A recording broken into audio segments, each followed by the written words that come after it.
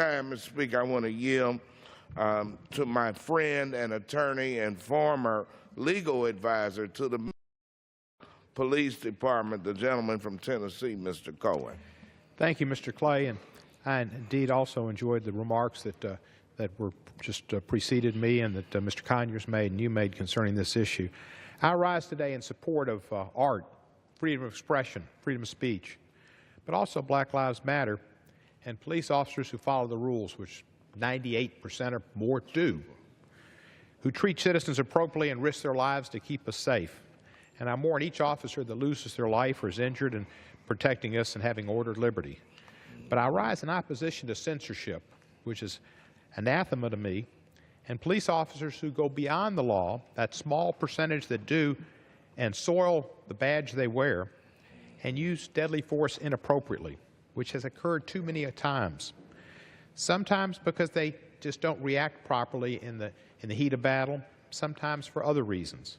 Too often upon black people, which does tend to indicate a prejudice that exists in certain people's minds. Black lives do matter, and people haven't recognized that, and we need to. The removal of David Pulpus's painting from the Cannon Tunnel is troubling on many levels. It raises serious questions about Congress's commitment to the First Amendment, which guarantees the freedom of expression. And we take an oath to support the Constitution and should do so in our actions as well as our words, as well as in our oath. Benjamin Franklin warned us freedom of speech is a principal pillar of a free government. And when this support is taken away, the Constitution of a free society is dissolved. Secondly, it raises serious questions about censorship. Unfortunately, in my hometown of Memphis, we have a history that's sometimes not so good on particular cases of race and free expression. That long history of artistic censorship is related to race as well as sex. And for nearly 3 decades, in the early part of the 20th century, Memphis had a censor, a public censor appointed by the government named Lloyd T. Benford. He served as the chairman of the Memphis Board of Censors, and they banned movies. They banned movies like Curly in the 1940s because it showed white and black children in school together. He prevented Memphians from seeing major celebrities like Lena Horne, Duke Ellington, Nat Cole, King Cole, Cab Calloway in our local movie theaters. He was a racist.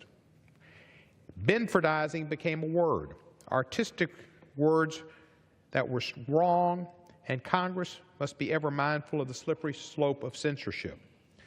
Thirdly, and perhaps most important, this painting raises serious questions about public policy. Congress should be debating questions of public policy, not banning expressions of them. The events that took place in Ferguson, Missouri, which are well expressed by this painting, were a wake-up call to many in our nation about police use of deadly force and injustices in our inner cities and turmoil rising in our inner cities. Sobering questions about the fairness of our criminal justice system and about race were raised.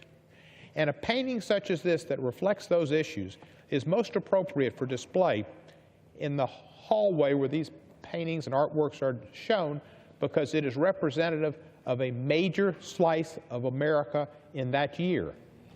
That, more than most other paintings and artworks there, shows something that is relevant to what's happening today and that occupies the news in a major way. For too long, justice has seemed too lacking, and we saw it in Ferguson. Mr. Clay and I have worked together for display of this artwork. I questioned some professors on another issue, lawyers that specialized in First Amendment issues and speech issues in Judiciary Committee, and to a one, they said it appeared to be censorship and was wrong and was violative. Of course, there's some talk that, well, it's government speech and maybe that's different. But you know, some of the same people that have opposed this painting are the same people that say the rules should apply to Congress. Whatever laws we pass should apply to congressmen the same as they apply to other people, and we shouldn't have special privileges. But those people decided on their own to exempt a painting they found distasteful, which wouldn't have been prohibited anyplace else because of free speech.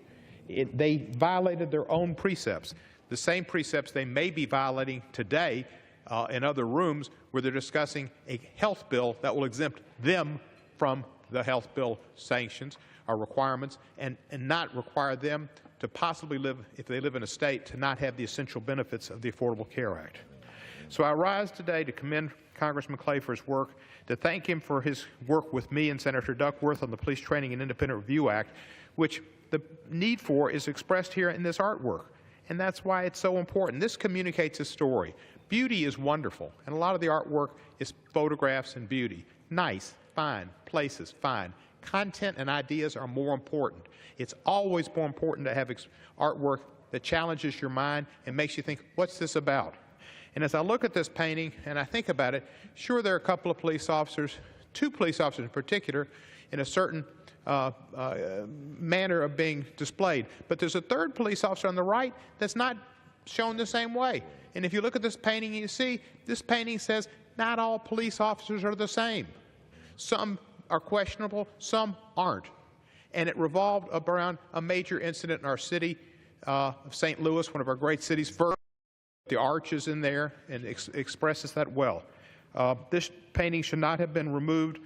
Congressman Clay is right to stand up for the First Amendment and for his constituent, and I urge my colleagues to help restore this painting to its rightful place in the Cannon Tunnel and to allow people to see it and make their own decisions.